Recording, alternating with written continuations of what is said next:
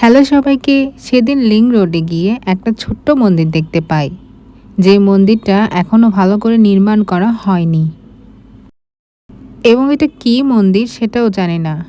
আর এটার শুরুতে দেখতে পেলাম গেটটা হচ্ছে বেতের তৈরি গেট। ওই যে বলেছি এখনো ভালো করে নির্মাণ করা হয়নি।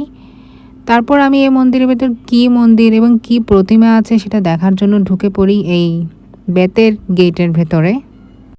এবং সেখানে গিয়ে দেখতে পেলাম এখনও ঠিকঠাকভাবে মন্দিরটা তোলা হয়নি এবং এই মন্দিরটি কবে কখন প্রতিষ্ঠিত হয়েছিল সেটা এখানে লেখা আছে। এই মন্দিরটি হল সর্বজনীয় ঋষিপাদ রামেশ্বর শিব ও সত্যম দেবতা আশ্রম, যেটা স্থাপিত হয়েছিল 2 তারিখ 2 মাস 2007 সালে। এবং এই মন্দিরের প্রতিষ্ঠাতা হল শ্রীমৎ স্বামী উত্তমানন্দ গিরি মহারাজ। এরপর আমি পুরো মন্দির ঘুরে ঘুরে দেখছিলাম কোথায় কি কি আছে, কোথায় কি কি নেই। এই যে মন্দিরের ভেতরে রয়েছেন মা কালী। মা কালীর ঠিক পাশে রয়েছে মহাদেব। লিং রোডে আসা হলেও এই মন্দিরটা হঠাৎ করে চোখে পড়েছিল একবার, তবে তখন তেমন খেয়াল করা হয়নি। তবে আজ দেখেছি ভেতরে ঢুকে, অনেক ভালো লাগলো এই মন্দিরে ঢুকে।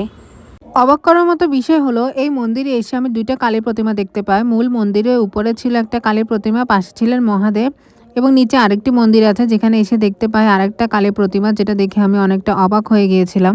জীবনের এই প্রথমবার কোনো একটা মন্দিরে গিয়ে আমি দুটো প্রতিমা দেখতে পেলাম, তাও কালী প্রতিমা। আবার এত সামনে থেকে দেখবো সেটা কখনো ভাবিনি। আমি অনেকটা অবাক হয়ে গিয়েছিলাম।